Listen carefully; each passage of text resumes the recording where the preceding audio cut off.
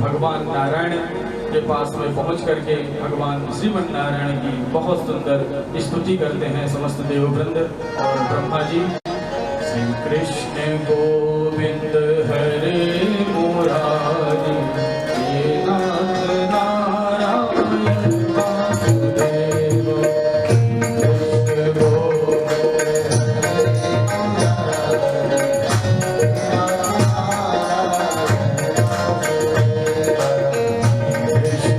गोविंद हरे मुरारी, हे नाथ नारायण वासुदेव।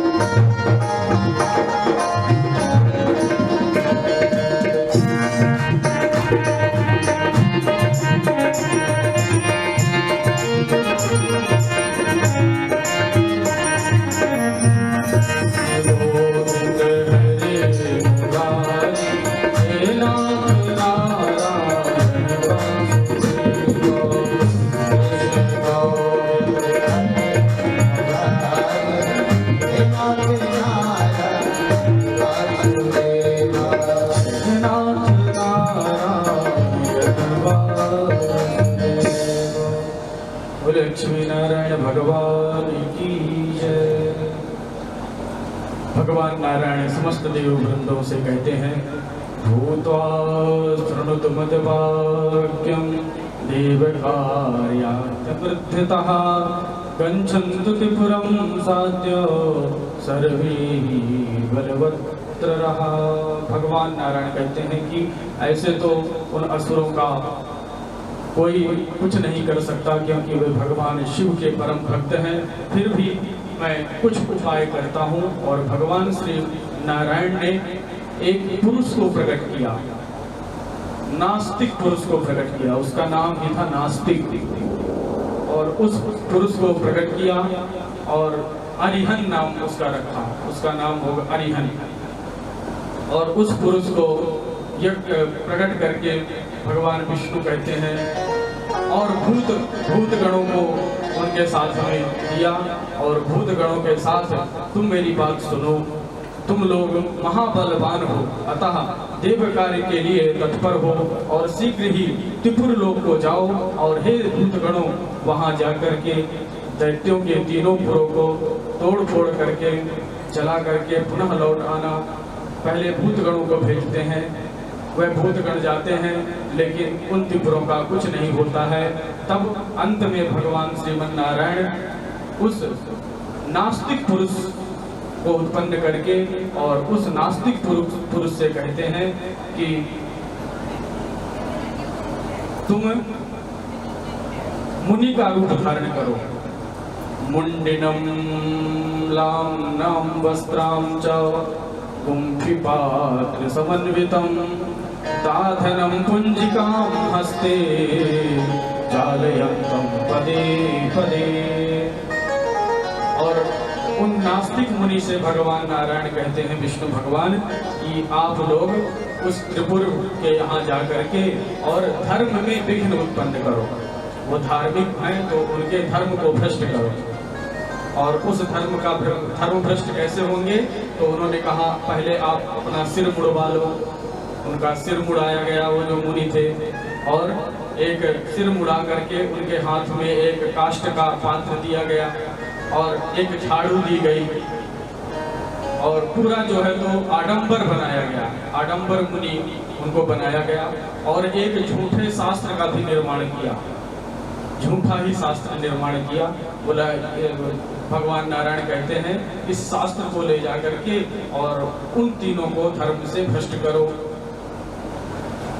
यदर्थम निर्मितोऽसि त्वं निबोध कथयामि ते मदजगं महाप्राज्ञो मदरूपं न संशयः। भगवान नारायण कहते हैं कि मेरे शरीर से उत्पन्न हे महाप्राज्ञ, मैंने इसलिए आपको निर्माण किया है कि आप जा करके और उन मायावी असुरों का धर्म नष्ट करो। तुम्हारा नाम आज से हरिहर होगा। और वह जो नास्तिक थे उन्होंने भगवान नारायण से कहा कि हे देव, मुझे जो करना हो उसे शीघ्र बतलाएं, मैं आपकी आज्ञा से अवश्य ही वह कार्य पूर्ण करूंगा। और 16,000 श्लोकों का एक नास्तिक पुराण बनाया गया और वह नास्तिक पुराण लेकर के वो त्रिपुर के यहाँ पर जाते हैं।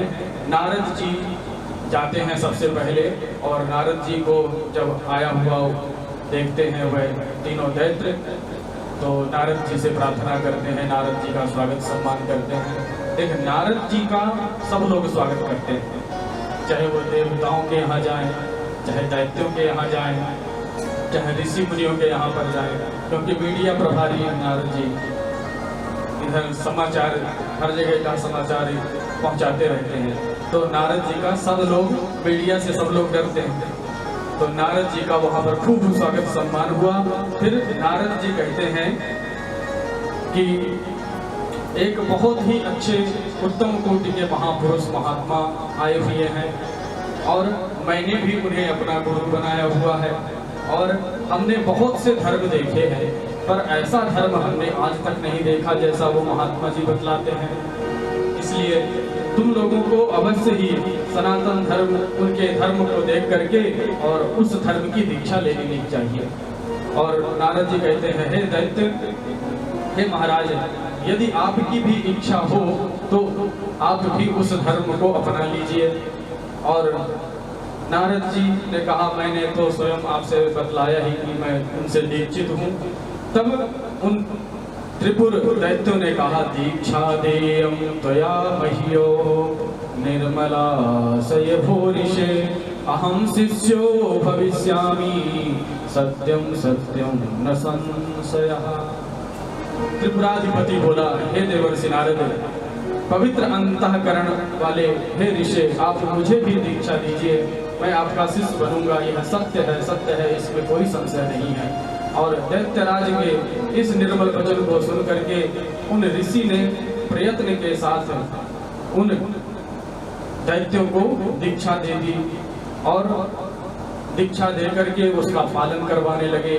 जो उनके नियम थे, उनके शास्त्र में 16,000 श्लोकों का जो शास्त्र था नास्तिक, उसी के अनुसार उनको शिक्षा देने लगे। और जितना भी वो विधि विधान करते थे, भगवान का पूजन करते थे, अर्चन करते थे, वंदन करते थे, धीरे धीरे उनका जो धर्म है वो धर्म से भ्रष्ट होने लगे।